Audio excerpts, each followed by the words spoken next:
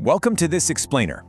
Today we're jumping right back into a truly fascinating piece of biblical literature to look closely at a text that, well, it completely flips our perspective on what it actually means to win.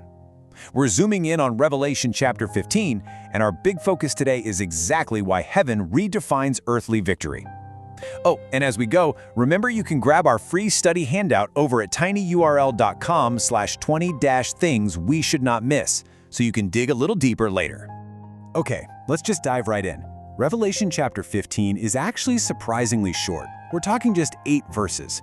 But if you slow down and really look, there are at least 20 vital details tucked away in there that we almost always miss on a first read. Today we're distilling the absolute most crucial insights from that list. It's a visually packed, dense little chapter, and it totally sets the stage for everything that comes next. We start in verse 2 with just a striking visual. The sea of glass, which popped up earlier in Revelation, is now mingled with fire. And, while Scripture leaves the exact literal meaning of this fire a bit of a mystery, it perfectly sets the mood for the approaching judgment. It's like a cinematic shot telling us, get ready, something huge is about to happen. Section 1. Heaven redefines earthly victory.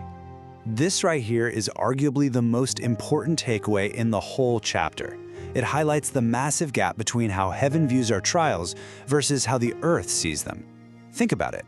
To the earth, the people who stood up to the beast and refused to compromise, they looked utterly defeated, physically overcome.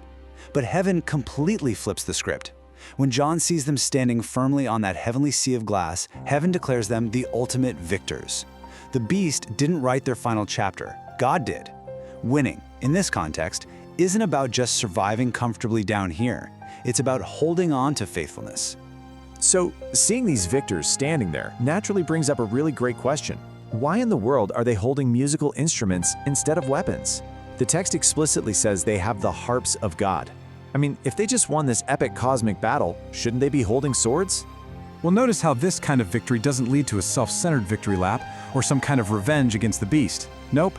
True biblical victory leads straight into worship. Their attention is 100% fixed on the God who delivered them, not on the enemy who tried to destroy them. Section 2. Echoes of the Exodus. Let's look at this pattern of deliverance. These worshipers on the Sea of Glass are singing a very specific song. The text calls it the Song of Moses, the servant of God, and the Song of the Lamb.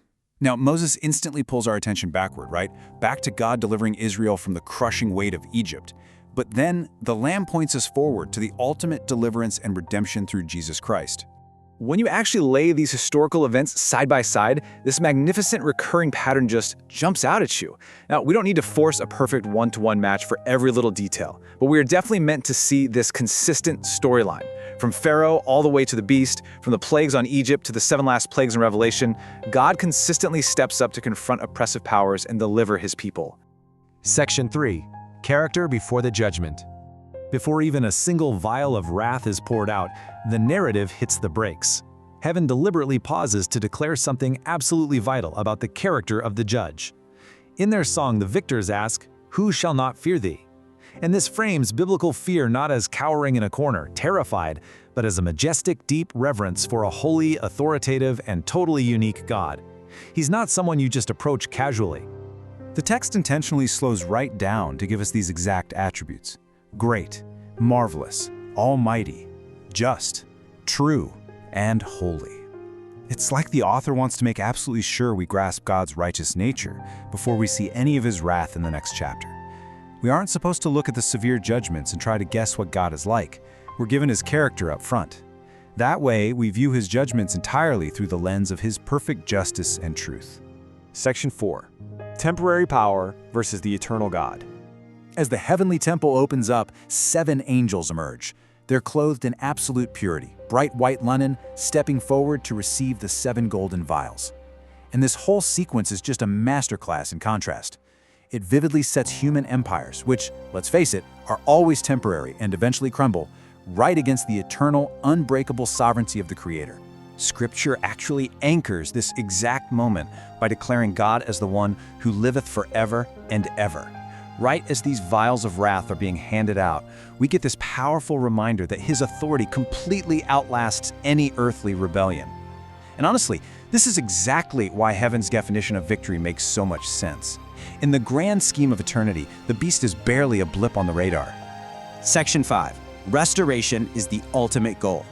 The heavenly sanctuary then fills with the blinding smoke of God's glory and power. It's a huge callback to when God's glory filled Moses' tabernacle and Solomon's temple. But here, John tells us that no man was able to enter the temple till the plagues were fulfilled. Till. It's such a tiny word, but its implications are massive. It proves that this period of judgment has a firm boundary. There's a finish line. It is not going to last forever. When you pull back and look at the whole picture across these 8 verses, you realize something pretty incredible about Revelation 15. The victorious are gathered. Worship is established. The temple is opened. The angels are all prepared. God's glory entirely fills the space. And yet, not one single vial has actually been poured out yet. This entire chapter is pure preparation. It's showing us, without a doubt, that God is firmly in the driver's seat. These aren't just random, chaotic catastrophes, and evil's time and power is strictly on the clock. All of that preparation perfectly sets up the ultimate reality of the Bible, which we see a few chapters later in Revelation 21.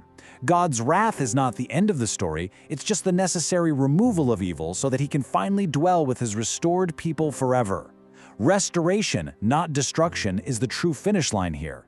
And that is the ultimate reason why heaven so completely redefines our earthly victories.